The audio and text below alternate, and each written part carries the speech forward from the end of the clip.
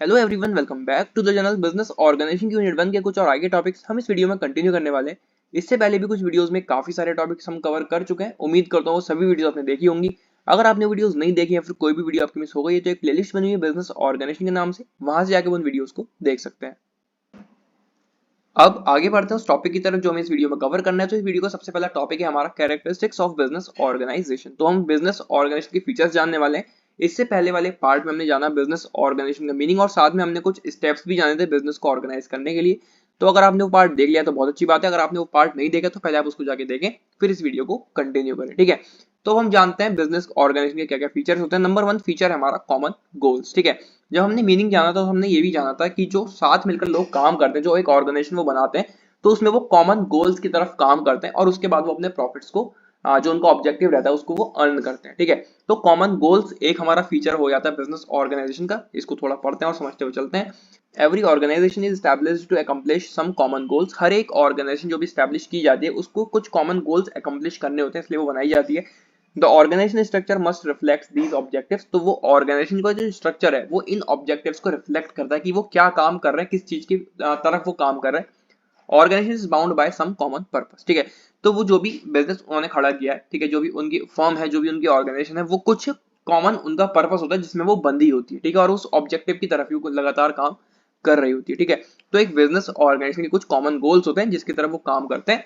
तो सबसे पहला फीचर हमारा हो जाता है कॉमन गोल्स। नंबर 2 फीचर की बात करें तो वो है रूल्स एंड रेगुलेशन। ठीक है, अब हर एक बिजनेस के अंदर कुछ रूल्स और रेगुलेशंस पहले से फिक्स होते हैं जो उस फर्म के शुरू होने से पहले ही बता दिए जाते हैं, फिर प्लान कर लिए जाते हैं कि ये रूल्स और रेगुलेशन जिनको हमें फॉलो करते हुए आगे बढ़ते हुए जाना है। ठीक है, every organisation is formed under the rules and regulations for orderly functioning of people. ठीक है, वो एक ऑर्डर में अच्छी तरीके से पूरी कोऑर्डिनेशन के साथ सही से काम कर सके, तो उन सब चीजों के लिए रूल्स और रेगुलेशंस का होना जरूरी है। अगर ये नहीं होंगे तो लोग अपनी मर्जी चलाएंगे, अपनी मर्जी से कुछ भी करेंगे, तो वहां पर काम जो है सारे खराब हो जाएंगे, प्रॉपर फंक्शनिंग उस ऑर्गेनाइजेशन के अंदर नहीं हो पाएगी।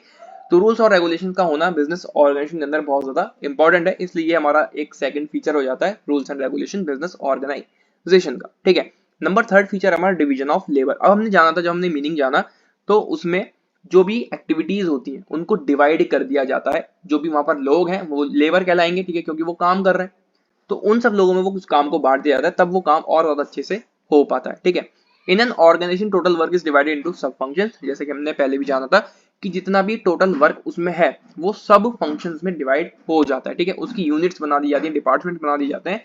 इस तरीके से वो सारा काम होता है जिससे कि किसी एक पर्सन पर बर्डन भी ना पड़े और जो उसके स्किल्स हैं उन स्किल्स के अकॉर्डिंग, उस एक्सपीरियंस के अकॉर्डिंग वो सारे काम कर सके। This is necessary so that the right job is done by the right man to avoid time wastage and resource wastage. तो इससे क्या होता है, जो भी वो डिपार्टमेंट्स बना रहे हैं, जो काम वो बांट रहे हैं, इससे क्या होगा कि सही काम सही इंसान को मिल जाए और वो उस काम को कर सके अच्छे तरीके से, बिना टाइम को वेस्ट करे और बिना रिसोर्सेज को वेस्ट करे। ठीक है, नंबर 4 फीचर की तरफ बढ़ते हैं बिजनेस ऑर्गेनाइजेशन की, जो की है communication.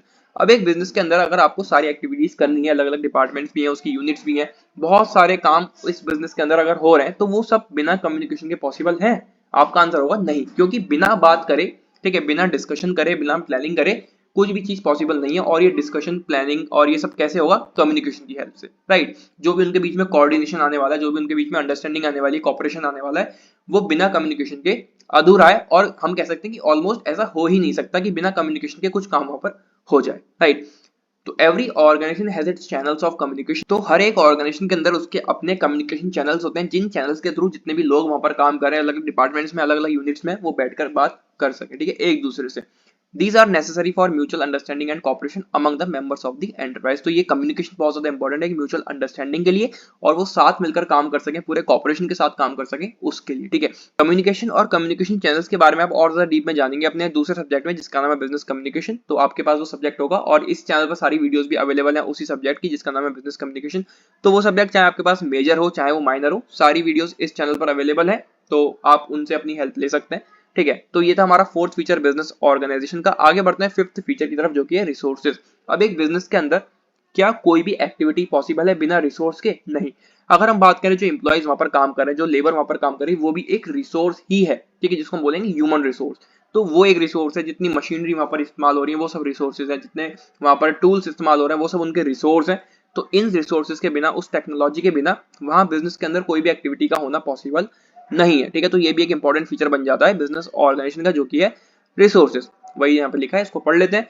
N organization makes use of various resources, technology and skills. तो एक ऑर्गेनाइजेशन के अंदर सारी एक्टिविटीज को पूरा करने के लिए, उनके गोल्स को अचीव करने के लिए बहुत सारे रिसोर्सेज का यूज होता है, टेक्नोलॉजी का यूज होता है और स्किल्स का यूज होता है। Its activities and processes can not take place without resources. जितनी भी उस बिजनेस में होने वाली एक्टिविटीज हैं, जितने भी प्रोसेस हैं, वो बिना रिसोर्सेज के कंप्लीट नहीं हो सकती, ठीक है। तो ये थे कुछ हमारे कैरेक्टरिस्टिक्स बिजनेस ऑर्गेनाइजेशन के। आगे बढ़ते हैं अगले टॉपिक की तरफ, जो कि ऑब्जेक्टिव्स ऑफ बिजनेस ऑर्गेनाइजेशन। तो बिजनेस ऑर्गेनाइजेशन के क्या क्या ऑब्जेक्टिव्स रहते हैं, क्या क्या मकसद रहते हैं, वो हम यहाँ पर जानेंगे। नंबर 1 ऑब्जेक्टिव हमारा टू हेल्प मैनेजमेंट, ठीक है। तो बिजनेस ऑर्गेनाइजेशन का जो सबसे पहला ऑब्जेक्टिव रहता है, जो मकसद रहता है, वो ये रहता है कि वो अपने मैनेजमेंट की हेल्प कर सके। अब वो मैनेजमेंट की हेल्प किस में करेंगे, जितने भी बिजनेस में होने वाले फंक्शंस है उसमें, ठीक है। थोड़ा इसको पढ़ते हैं और समझते हुए चलते हैं। The organization helps management to have a control over various business functions, ठीक है। जितने भी बिजनेस में होने वाले फंक्शंस है उसमें वो हेल्प करती है पूरी organization. The work is divided properly and control centres are established. जो वर्क है वो प्रॉपर तरीके से डिवाइड होता है, हमने इससे पहले वाले पार्ट में जान लिया। और कंट्रोल सेंटर्स को भी एस्टैब्लिश किया जाता है। The authorities delegated and responsibilities are fixed. It helps management to have a coordinated administration. तो जितनी भी वहां पर एक्टिविटीज हैं उनको बांट दिया गया है, जितनी भी रिस्पॉन्सिबिलिटीज है वो दे दी गई है, अथॉरिटी दे दी गई है सही इंसान को। तो इसकी वजह से ही जितनी भी उनकी एक्टिविटीज हैं, जितने भी फंक्शंस उनको करने हैं, वो सब पूरे कॉर्पोरेशन के साथ हो जाती है, ठीक है। तो एक ऑब्जेक्टिव हमारा बिजनेस ऑर्गेनाइजेशन का यही हो गया कि वो मैनेजमेंट की हेल्प करते हैं, और मैनेजमेंट की अल्टीमेटली हेल्प करके जो उनके अपने कॉमन गोल्स हैं उनको भी वो अचीव कर पाएंगे, जब मैनेजमेंट सही से काम कर पाएगा, ठीक है। जब प्रॉपर मैनेजमेंट होगा तभी वो सारे अपने ऑब्जेक्टिव्स को अचीव कर पाएंगे, ठीक है। और तभी वो ऑब्जेक्टिव्स जो उनका प्रॉफिट अर्न करना है उसको भी अचीव कर पाएंगे, राइट। सेकंड ऑब्जेक्टिव हमारा टू इंक्रीज प्रोडक्शन। अब अपनी प्रोडक्शन को इंक्रीज करना भी उनका एक ऑब्जेक्टिव है। जब वो प्रोडक्शन को इंक्रीज करेंगे तो वो लोगों की डिमांड पूरी कर पाएंगे। जब लोग सेटिस्फाई होंगे, बार बार उनके पास आएंगे, उनकी सेलिंग जो भी वो सेल कर रहे हैं प्रोडक्ट वो सेल होगा, तो उनको अल्टीमेटली पैसा मिलेगा, पैसे से उनको प्रॉफिट होगा। तो सब चीजें एक दूसरे से कनेक्टेड है, राइट। तो प्रोडक्शन को इंक्रीज करने में भी हेल्प करती है ऑर्गेनाइजेशन। पढ़ते हैं इसको। The duties are assigned according to the principle of division of labour. तो ड्यूटीज जो है सब लोगों को दी जाती है इस प्रिंसिपल को ध्यान में रखते हुए, जो कि डिवीजन ऑफ लेबर, ठीक है। Principal of division of labour कहता है कि जो भी काम जिस भी इंसान को दिया जा रहा है, ठीक है, वो उसके स्किल्स उसके एक्सपीरियंस के बेस्ड पर ही दिया जाए। The efficient system of organization encourages every employee to make his best contribution in raising output. तो जो efficient system है ऑर्गेनाइजेशन का, वो encourage करता है हर एक एम्प्लॉय को कि वो अपना बेस्ट कंट्रीब्यूशन दे सके आउटपुट को रेज करने में, राइट। वो प्रोडक्शन को और ज्यादा बढ़ाने के लिए हम कह सकते हैं। The increase in output and control of wasteful expenditure helps to decrease the cost of production. तो जब वो उनका आउटपुट बढ़ेगा और वो वेस्टफुल एक्सपेंडिचर को कंट्रोल कर लेंगे, तो अल्टीमेटली जो उनकी प्रोडक्शन की कॉस्ट है वो डिक्रीज हो जाएगी, राइट। किसी भी तरह का वेस्टेज नहीं होगा। The profitability of the concern will also go up. तो उनकी अल्टीमेटली जो प्रॉफिटेबिलिटी है वो भी बढ़ जाएगी, ठीक है।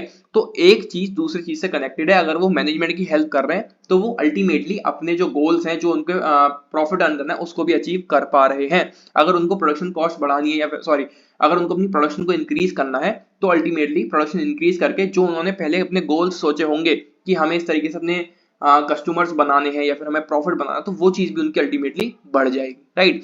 नंबर थर्ड ऑब्जेक्टिव है बिजनेस ऑर्गेनाइजेशन का, जो कि है कॉपरेशन ऑफ एम्प्लॉयज। तो एम्प्लॉयज के साथ साथ मिलकर काम करना। The organizational structure will succeed only if employees cooperate in the work. तो जो ये पूरा ऑर्गेनाइजेशनल स्ट्रक्चर है, जो पूरी फॉर्म है, वो तभी सक्सेसफुल हो पाएगी जब सारे एम्प्लॉयज साथ मिलकर काम करेंगे, ठीक। The employees learn working in closer cooperation with others. तो साथ मिलकर काम करेंगे, साथ मिलके वो बहुत सारी प्रॉब्लम्स को सॉल्व करेंगे। The management introduces various incentives schemes and give monetary and other benefits to the employees so that they work in a team spirit. तो उनके कुछ इंसेंटिव्स भी होते हैं कि अगर आप इस तरीके से काम कर रहे हो जो उनको बताए गए हैं, अगर वो सारा काम अच्छे से कर रहे हैं, तो हो सकता है उनका प्रमोशन वगैरह करने की, हो सकता है उनको कुछ एक्स्ट्रा पैसे वो दे दें, या फिर वैसे ही कुछ अप्रिसिएशन उनको दे दें, ऐसी चीजें, ठीक है। तो कुछ इंसेंटिव स्कीम्स बनाई जाती हैं, वो मॉनेटरी भी टर्म्स में हो सकती है और नॉन मॉनेटरी टर्म्स में भी हो सकती है, जिससे कि एम्प्लॉयज का एक मोराल बना रहे और वो साथ मिलकर काम करते रहे उसी एक अच्छी पॉजिटिव टीम स्पिरिट के साथ, ठीक है।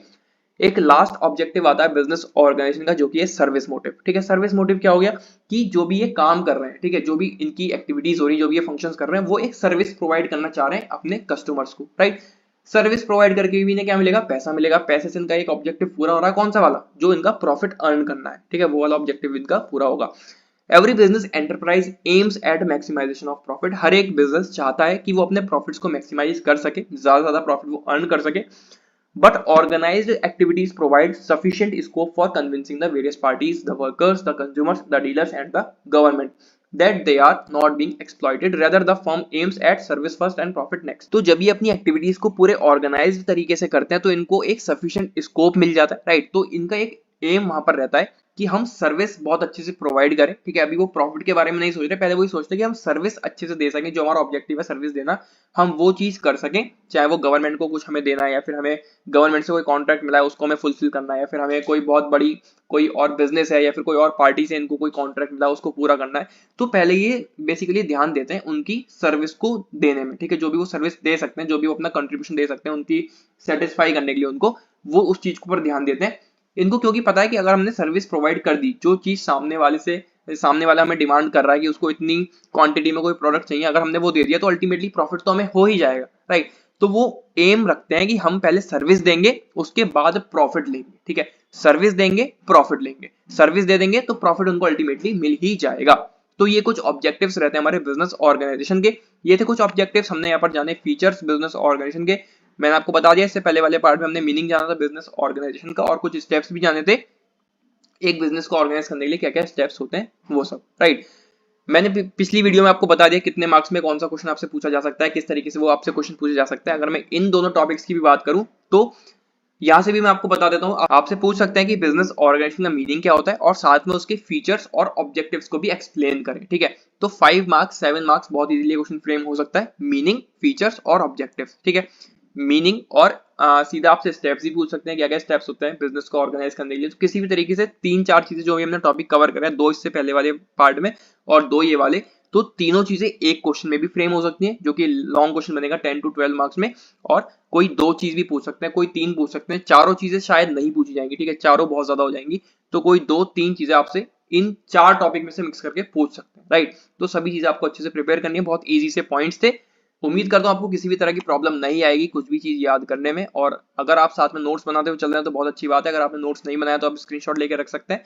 अदरवाइज ये पीडीएफ भी आपको टेलीग्राम चैनल पर अवेलेबल हो जाएगा, लेकिन कब होगा ये मैं नहीं कह सकता, क्योंकि मैं पहले चाह रहा हूँ कि यूनिट कंप्लीट हो जाए, उसके बाद मैं पूरी यूनिट के नोट्स आपको प्रोवाइड कर दूं टेलीग्राम चैनल पर, ठीक है। तो कोशिश यही करिए कि आप साथ में नोट्स बनाते हुए चलें, एटलीस्ट आप पॉइंट्स तो लिख ही सकते हैं ना, और पॉइंट्स लिखने के बाद आप उसको समझ लो कि इस पॉइंट का क्या मीनिंग है, ठीक है। मैं समझाता हुआ चल रहा हूँ साथ में, तो किसी भी तरह की प्रॉब्लम आपको नहीं आनी चाहिए इस चीज में। तो बस मिलते हैं अगली वीडियो में, till then take care and bye bye and all the very best for your exams.